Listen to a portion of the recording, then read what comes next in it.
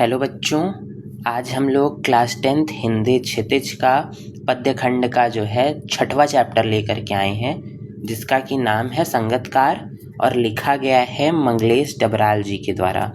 तो पहले हम कवि के बारे में जानते हैं।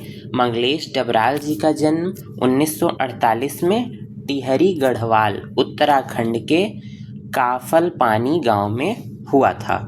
ठीक है। उनकी शिक्षा दीक्षा देहरादून में हुई। दिल्ली आकर हिंदी पेट्रियट प्रतिपक्ष आसपास में काम करने के बाद वे भोपाल में भारत भवन में प्रकाशित होने वाले पूर्वग्रह में सहायक संपादक हुए। इलाहाबाद और लखनऊ से प्रकाशित अमृत प्रभात में भी कुछ दिन उन्होंने नौकरी की थी। सन 83 में जनसत्ता अखबार में साहित्य संपादक का भी पद संभाला था। कुछ समय सहारा समय में संपादन करने का कार्य किया। उसके बाद नेशनल बुक ट्रस्ट में भी जुड़े रहे। तो आप देख रहे हैं कितनी बड़ी उपलब्धियां हैं डबराल जी की। और सन 2020 में उनका निधन हो गया। इनकी जो है 4 कविता संग्रह प्रकाशित हुई हैं, जो कि कौन कौन सी हैं? पहाड़ पर लालटेन, घर का रास्ता, हम जो देखते हैं, आवाज़ भी एक जगह है। ये इनकी 4 प्रमुख कविताएं प्रकाशित हुई हैं। अगर आपको राइटर के बारे में नहीं जानना है तो आप वीडियो को थोड़ा सा आगे बढ़ा करके सीधे कविता पे आ सकते हैं। ठीक है। और अगर स्पीड स्लो लग रही हो तो स्पीड आप बढ़ा सकते हैं। साहित्य अकेदमी पुरस्कार पहल सम्मान से सम्मानित मंगलेश की ख्याति अनुवादक के रूप में भी है, मतलब ये ट्रांसलेशन का काम भी करते थे। इनकी कविताओं के भारतीय भाषाओं के अतिरिक्त अंग्रेजी, रूसी, जर्मन, स्पेनिश, पोल्स्की, बाल्गारी भाषाओं में भी अनुवाद प्रकाशित हो चुके हैं। कविता के अतिरिक्त वे साहित्य, सिनेमा, संचार माध्यम और संस्कृति के सवालों पर नियमित लेखन भी करते हैं। और इनकी कविताओं में सामंती बोध एवं पूंजीवादी छल कदम, मतलब कैपिटलिस्ट और कम्युनिस्ट के बारे में भी दिखाई पड़ता है। वे यह प्रतिकार किसी शोर शराबे के साथ नहीं, बल्कि प्रतिपक्ष में एक सुंदर सपना रचकर करते हैं। उनका सौंदर्य बोध सूक्ष्म है और उनकी भाषा पारदर्शी है। याद रखिएगा, उनका सौंदर्य बोध सूक्ष्म है और भाषा पारदर्शी है। तो ये जो संगतकार नाम की कविता है मंगलेश जी के द्वारा लिखी हुई, ये कविता हमको गायन के क्षेत्र के विषय में बताती है, जिसमें मुख्य गायक के बारे में बताया गया है और सहायक गायक के बारे में बताया गया है। संगतकार, इसको हम बोल सकते हैं संगीतकार। मतलब आप देखते होंगे जब कोई स्टेज पे परफॉर्मेंस करता है तो वो क्या करता है, एक कोई मेन पर्सन होता है जो कि गाना गा रहा होता है, और जब वो चुप होता है तो उसके पीछे से एक आवाज़ आ रही होती है, जो कि हम बोलते हैं जिसको कि संगतकार, मतलब मुख्य गायक का साथ देने वाला जो होता है उसको हम बोलते हैं। तो संगतकार कविता गायन के मुख्य गायक का साथ देने वाले संगतकार की भूमिका के महत्व पर विचार करती है। ठीक है। दृश्य माध्यम की प्रस्तुतियों जैसे नाटक, फिल्म, संगीत, नृत्य के बारे में बात तो सही है ही, हम समाज और इतिहास में भी ऐसे अनेक प्रसंगों को देख सकते हैं जहां नायक की सफलता में अनेक लोगों का महत्वपूर्ण योगदान रहता है। कविता हमें यह संवेदनशीलता विकसित करती है कि उनमें से प्रत्येक का अपना अपना महत्व है और उनका सामने न आना उनकी कमजोरी नहीं, मानवीयता है। संगीत की सूक्ष्म समझ और कविता की दृश्यात्मकता इस कविता को ऐसी गति देती है मानो हम इसे अपने सामने घटित होता हुआ देख रहे हैं। तो कोई नाटक हो, कोई फिल्म हो, कोई संगीत या कोई डांस हो रहा हो, तो उसमें क्या होता है, एक कोई मुख्य नायक होता है और उसके पीछे जो है कई लोग उसकी मदद कर रहे होते हैं। लेकिन हम लोग क्या करते हैं, समाज क्या करता है, जो उनके पीछे छिपे हुए लोग हैं जिनकी वजह से वो पूरी प्रस्तुति सराहनीय हो रही है, उस पर हम लोग ध्यान ही नहीं देते हैं। मतलब अगर कोई मेन सिंगर परफॉर्म कर रहा है तो हम उसी को देखते हैं, उसके पीछे जो उसके साथ गा रहे हैं हम उनके बारे में ध्यान ही नहीं देते, हम उनका नाम तक नहीं जानते हैं। वैसे ही हमारी असल ज़िंदगी में भी यही होता है। हमारी सफलता के पीछे किसी न किसी का हाथ होता है। फॉर एग्ज़ाम्पल, हमारी सफलता के पीछे हमारे माता पिता का हाथ होता है, हमारे शिक्षकों का हाथ होता है। तो उनका जो वैल्यू है वो हमको दिखाई नहीं पड़ता, परंतु वो क्या करते हैं, वो आपको आगे लाने के लिए खुद आपके पीछे रहते हैं और वो सामने नहीं आते हैं। लेकिन उनका सामने ना आना उनकी कमज़ोरी नहीं है कि वो कमज़ोर हैं, वो सामने नहीं आ सकते या वो सामने नहीं आना चाहते हैं, परंतु उनकी मानवीयता है।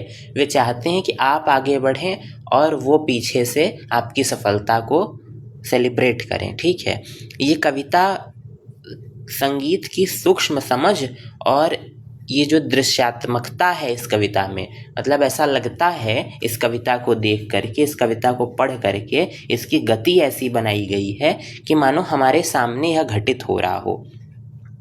आई होप कितना समझ में आया होगा। अब हम सीधे आते हैं कविता पे। उसके पहले यहाँ किताब के लास्ट में, चैप्टर के लास्ट में कुछ चीज़ें दी हुई हैं जिसको कि हम देखते हैं। सबसे पहले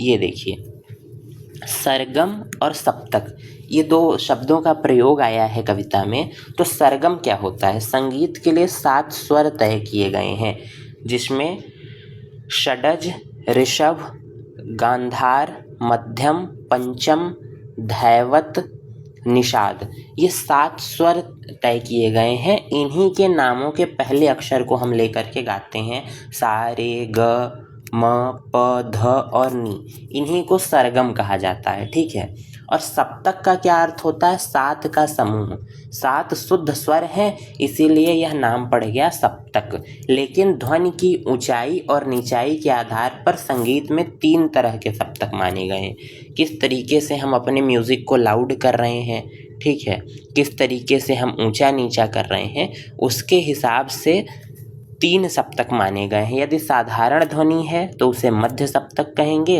ध्वनि मध्य सप्तक के ऊपर है तो उसे तार सप्तक कहेंगे, और ध्वनि मध्य सप्तक से नीचे है तो उसे मंद्र सप्तक कहते हैं। सप्तक मतलब होता है 7 स्वरों का समूह। अगर हम मध्य, बिटवीन वाले स्वर की बात करें, जो बीच में होता है, उसके अगर ऊपर स्वर जाता है, हमारी लय जाती है, तो उसको तार सप्तक कहते हैं। मतलब जो नॉर्मल गाने का फ्लो होता है, संगीत का फ्लो होता है, उससे ऊंचा ध्वनि, उसको हम बोलते हैं तार सप्तक। और उस मध्य से थोड़ा सा नीचे अगर जाते हैं तो मंद्र सप्तक उसको कहा जाता है। और मध्य सप्तक जो नॉर्मल रेंज होती है किसी संगीत को गाने के लिए। अब हम सीधे आते हैं अपने कविता पे। कविता में सबसे पहले कहा जा रहा है, मुख्य गायक के चट्टान जैसे भारी स्वर का साथ देती वह आवाज़ सुंदर, कमज़ोर, कांपती हुई थी। वह मुख्य गायक का छोटा भाई है या उसका शिष्य या पैदल चलकर सीखने आने वाला दूर का कोई रिश्तेदार। वह मुख्य गायक की गर्ज में वह अपनी गूंज मिलाता आया है प्राचीन काल से। ठीक है, मुख्य गायक मतलब आपको पता है जो मेन गाने वाला होता है, मुख्य संगीतकार होता है। चट्टान आपको पता है पर्वत, भारी स्वर मतलब गंभीर आवाज़, कमज़ोर, शिष्य, गरज, गरज मतलब बहुत ही गंभीर या फिर घोर शब्द के लिए यहाँ पे गरज शब्द प्रयोग किया गया है। गूंज मतलब प्रतिध्वनि, या फिर जैसे कोई गाता है तो आवाज़ गूंजती है, उसको हम बोलते हैं गूंज। प्राचीन काल मतलब होता है बहुत पुराना समय। तो यहाँ यह कविता में मुख्य गायक के साथ जो स्वर साथ देने वाला है, संगतकार, उसकी भूमिका को बताया गया, उसके महत्व को प्रतिपादित किया गया है। यह कविता मुख्य संगीतकार का साथ देने वाले संगतकार की भूमिका के इर्द गिर्द यह कविता घूमती है। कहा जा रहा है कि मुख्य गायक के चट्टान जैसी भारी स्वर का साथ देती वह आवाज़ सुंदर, कमज़ोर, कांपती हुई थी। मुख्य गायक का स्वर कैसा बताया जा रहा है? चट्टान जैसा भारी बताया जा रहा है। ठीक है, मुख्य गायक का स्वर किस प्रकार से बताया जा रहा है? चट्टान जैसा भारी, और उसी स्वर का साथ कौन दे रही है? एक सुंदर सी, कमज़ोर और कांपती हुई आवाज़। सुंदर आवाज़ तो है ही, प्लस वो कमज़ोर है। कमज़ोर कहने का मतलब आवाज़ नहीं कमज़ोर है, मुख्य गायक जो भारी स्वर का प्रयोग कर रहा है, तार सप्तक में गा रहा है मुख्य गायक, वो उस तार सप्तक से थोड़ा सा मध्यम सप्तक की आवाज़ में गा रहा है, मध्य सप्तक की आवाज़ में गा रहा है, इस वजह से कमज़ोर कहा जा रहा है। मतलब मुख्य गायक से ऊंची आवाज़ उसकी नहीं उठने पाती है। अब वह कौन है जो कि मुख्य गायक का साथ दे रहा है? वो मुख्य गायक का कोई छोटा भाई है, या फिर हो सकता है उसका कोई शिष्य है, या फिर पैदल चलकर सीखने आने वाला दूर का कोई रिश्तेदार है, या फिर वो मुख्य गायक का छोटा भाई हो सकता है, या शिष्य हो सकता है, या फिर कोई रिश्तेदार हो सकता है। और वो मुख्य गायक की गरज में अपनी गूंज मिलाता आया है। मुख्य गायक जब ज़ोर ज़ोर से गाता है तो उसके स्वर में अपनी गूंज को मिलाता है, अपनी मधुर कोमल कांपती हुई आवाज़ को मिलाता है। प्राचीन काल से, मतलब बहुत पहले के समय से ही वह ऐसा करते हुए आया है। अर्थात अगर हम इतने की बात करें जितना हमने पढ़ा, तो इन पंक्तियों में कवि क्या कहते हैं कि जब मुख्य गायक किसी संगीत सभा में अपना कोई गीत गा रहा होता है तो उसकी भारी और गंभीर आवाज़ होती है, और उसकी भारी और गंभीर आवाज़ के साथ साथ एक हमको पीछे से हल्की हल्की सुंदर और मधुर आवाज़ सुनाई देती है। वह संगतकार का या तो छोटा भाई हो सकता है, या कोई शिष्य हो सकता है, या फिर दूर से सीखने आया कोई उसका दूर का रिश्तेदार भी हो सकता है। और सबसे खास बात यह है कि संगतकार जब से गायन शुरू किया है, संगीतकार ने जब से गायन शुरू किया है, मतलब प्राचीन काल से कहने का मतलब यह है कि जब से संगीतकार ने गायन शुरू किया है तब से संगतकार उसका साथ देता आया है। यानी शुरू से ही संगतकार मुख्य गायक की आवाज़ में अपनी आवाज़ को मिला करके उसके संगीत को प्रभावशाली बनाने की भूमिका को निभाता हुआ आया है। अब दूसरा क्या है? गायक जब अंतरे की जटिल तानों के जंगल में खो चुका होता है, या अपने ही सरगम को लांघकर चला जाता है भटकता हुआ एक अनहद में, तब संगतकार ही स्थाई को संभाले रहता है, जैसे समेटता हो मुख्य गायक का पीछे छूटा हुआ सामान, जैसे उसे याद दिलाता हो उसका बचपन जब वह नौसिखिया था। गायक जब अंतरे की जटिल तानों के जंगल में खो चुका होता है। अब यहाँ पे शब्दों का चयन देखिए कि अंतरे की जटिल तानों के जंगल में मुख्य गायक खो चुका है, मतलब जब वह गा रहा है तो उन अंतरों को किसी न किसी तान के साथ गा रहा है, मतलब किसी सुर के साथ उन स्टैंजा, उन अंतरों को गा रहा है, और उसी स्टैंजा में, उन्हीं अंतरों की तान में वो भटक चुका होता है, खो चुका होता है। अब वह क्या करता है? सरगम को लांघकर भटकता हुआ अनहद में चला जाता है, जो उसकी सीमा है, जहाँ तक उसको गाना चाहिए, जिस लाइन तक उसको गाना चाहिए उसको भूल जाता है वह तानों में खो करके, और भटक जाता है और एक अनहद में चला जाता है, मतलब अपनी हद को पार कर जाता है। जितना उसे गाना चाहिए उसको पार कर जाता है, क्योंकि वह अंतरों की जटिल तानों में खो चुका है। तो उस समय क्या है कि संगतकार ही स्थाई को संभाले रहता है। स्थाई मतलब जो हमेशा बना रहता है, जो लय बनी हुई है, उस लय को संभालने का काम संगतकार करता है।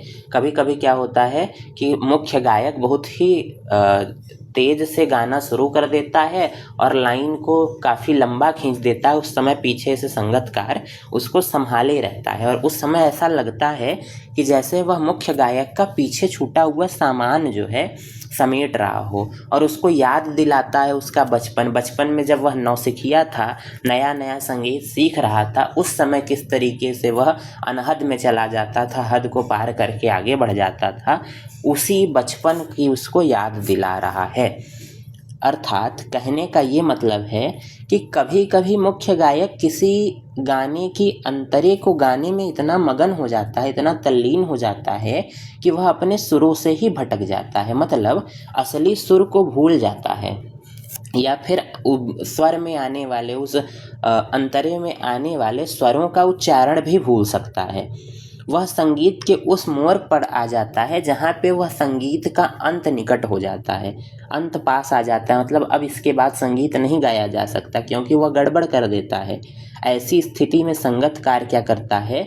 वह मुख्य सुर को पकड़े रहता है, उसी समय वह संगतकार क्या करता है, मुख्य गायक की मदद करता है और उस विकट स्थिति से उसको बाहर लाने की कोशिश करता है। यानी संगतकार हमेशा उन मूल स्वरों को ही दोहराता रहता है कि वापस से मुख्य गायक उन्हीं मूल स्वरों पर आ जाए।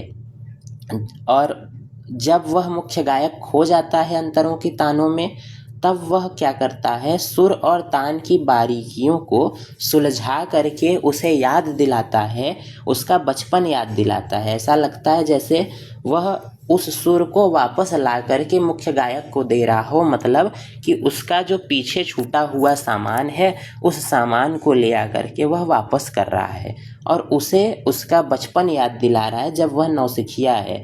जैसे उसका गुरु उसको सुरों से भटकने नहीं देता है, उसी तरीके से संगतकार भी उसकी मदद करता है। फिर आते हैं हम आगे।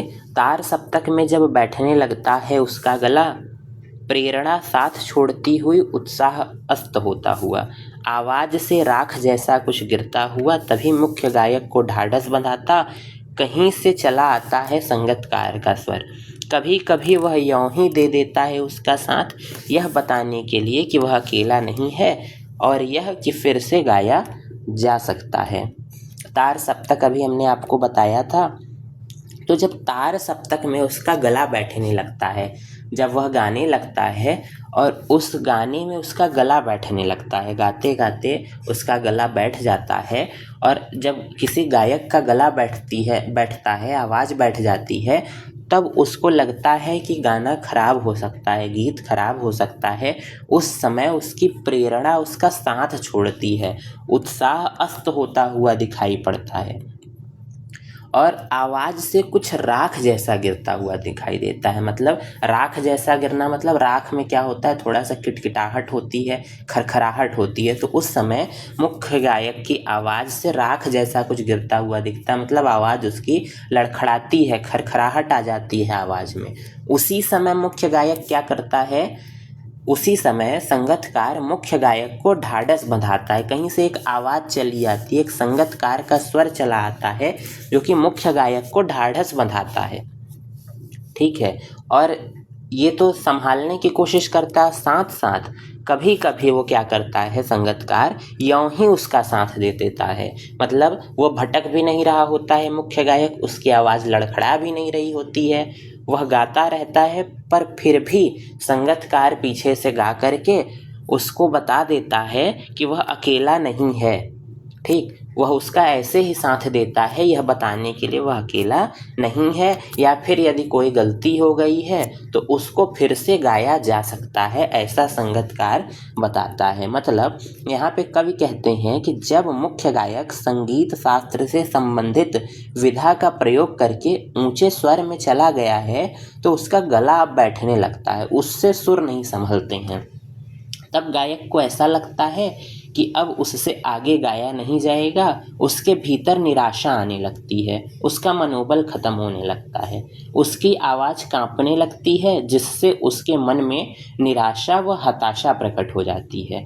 उस समय मुख्य गायक का हौसला बढ़ाने वाले और उसके अंदर उत्साह जगाने वाले संगतकार की एक मधुर ध्वनि सुनाई देती है। उस समय मुख्य गायक का हौसला बढ़ जाता है। यह सुनकर मुख्य गायक फिर नए उमंग, नए जोश के साथ गाने लगता है। और कवि ये भी बताते हैं कभी कभी उसकी आवाज़ में संगतकार अपना स्वर इसलिए मिलाता है क्योंकि वह बताना चाहता है वह अकेला नहीं है, वह उसका साथ हर समय देगा, मुख्य गायक का साथ हर समय देगा, यह बताने के लिए कभी कभी बताता है। और मुख्य गायक अपने द्वारा गाई पंक्तियों को दोहराना नहीं चाहता, इसलिए लय से भटकने लगता है। और यह भी संगतकार उसको दोहरा करके बताता है कि कोई चीज़ यदि गाई गई है तो उसको दोबारा गाया जा सकता है। उसका हौसला बढ़ाता है कि उसको डगमगाने नहीं देता, और जो पंक्तियाँ मुख्य गायक गा चुका है उसको भी वह दोहराता है। इसके बाद लास्ट स्टैंजा है, गाया जा चुका राग और उसकी आवाज़ में वह एक हिचक साफ सुनाई देती है, या अपने स्वर को ऊंचा न उठाने की कोशिश है, उसे विफलता नहीं उसकी मनुष्यता समझा जाना चाहिए। ठीक है, अब यहाँ पे कहते हैं कि संगतकार की आवाज़ में एक साफ हिचक सुनाई देती है, मतलब वो थोड़ा सा हिचकिचाता है। कोई काम करने से पहले या फिर गाने से पहले थोड़ी रुकावट दिखाई पड़ती है। क्यों? क्योंकि वो अपने स्वर को ऊंचा नहीं उठाना चाहता। जो मुख्य स्वर है वह मुख्य गायक का ही रहने देना चाहता है, अपने स्वर को ऊंचा नहीं उठाना चाहता है। क्यों? क्योंकि ऐसा नहीं है कि वो समर्थ नहीं है और ऊंचा नहीं गा सकता, उस प्रकार से नहीं गा सकता, परंतु इसको उसकी विफलता नहीं समझना चाहिए कि वो इतना ऊंचा नहीं गा सकता, उसको नहीं आएगा। यह उसकी मनुष्यता समझी जानी चाहिए। क्यों? क्योंकि वह चाहता है कि मुख्य गायक आगे बढ़े। अर्थात कवि यहाँ पे बताते हैं कि जब संगतकार मुख्य गायक के स्वर में अपना स्वर मिलाता है, यानी उसके साथ जब गाना गाता है, तो उसमें एक हिचक सुनाई देती है, साफ हिचक सुनाई देती है। और हमेशा यह कोशिश रहती है उसकी कि अपनी आवाज़ को मुख्य गायक की आवाज़ से थोड़ा सा नीचे ही रखे, अर्थात भूलकर भी मुख्य गायक के स्वर से उसका स्वर ऊंचा न होने पाए। इस वजह से हमको हिचकिचाहट दिखाई पड़ती है। और इसे संगतकार की कमजोरी या सफलता नहीं मानना चाहिए, क्योंकि वह मुख्य गायक के प्रति अपना सम्मान प्रकट करने के लिए ऐसा करता है। कहने का मतलब यह है कि अपना ऊंचा स्वर करके वह मुख्य गायक के सम्मान को ठेस नहीं पहुंचाना चाहता। ये उसका मानवीय गुण है। ठीक है, तो आपको शायद कविता समझ में आ गई होगी। अगर आपने ध्यान से पढ़ा होगा, सुना होगा, तो समझ में आ गया होगा और इसमें वापस आपको कोई दिक्कत नहीं आने वाली है। तो जिस प्रकार से संगतकार जो है मुख्य गायक का साथ दे रहा है यहाँ पे, उसी प्रकार हमारे जीवन में भी कुछ ऐसे व्यक्ति होते हैं, ऐसे लोग होते हैं जो कि हमारे लिए संगतकार का ही कार्य करते हैं। वो पीछे रह कर के हमारा साथ देते हैं और हमको आगे बढ़ाना चाहते हैं, परंतु उनकी ख्याति नहीं हो पाती है। तो इस बात का हमें अवश्य ध्यान देना चाहिए कि हमारी सफलता के पीछे कौन है और कभी भी उसको तकलीफ न होने पाए। अब आपका काम है इसके प्रश्न उत्तर अभ्यास कर लीजिएगा। फिर इसके बाद आपके एग्ज़ाम के पहले हम इसके कुछ इम्पॉर्टेंट क्वेश्चंस सभी चैप्टर्स के बनाने की कोशिश करेंगे, जिनको कि आप कर लीजिएगा तो एग्ज़ाम में आपको अच्छे मार्क्स आने के चांसेस थोड़े से बढ़ जाएंगे। हम ये नहीं कहते कि हम ऐसे क्वेश्चंस कराएंगे जो कि एग्ज़ाम में आएंगे, बट हाँ, उससे रिलेटेड उसी प्रकार से कुछ क्वेश्चंस आ सकते हैं, क्योंकि क्वेश्चन बनने आपके चैप्टर से ही हैं। ठीक, कहीं से भी आप कोई क्वेश्चन पढ़ेंगे तो ज़रूरी नहीं है कि वो एग्ज़ाम में आए ना आए, उससे नहीं लेना देना है हमको। हमें अगर पूरी कविता अच्छे से तैयार है, हमें एक एक शब्द का अर्थ पता है और पूरी कविता का मतलब पता है, तो कोई भी कैसा भी क्वेश्चन आए, हमें अगर लिखने का तरीका आता है तो हम उसको अच्छे तरीके से अपने शब्द में लिख करके मार्क्स को गेन कर सकते हैं। तो आज आपका ये कविता वाला जो पोर्शन है, काव्य खंड है, वो कंप्लीट हो गया है। इसके बाद हम अगले वीडियोज़ में अगले चैप्टर्स को स्टार्ट करेंगे। ठीक है।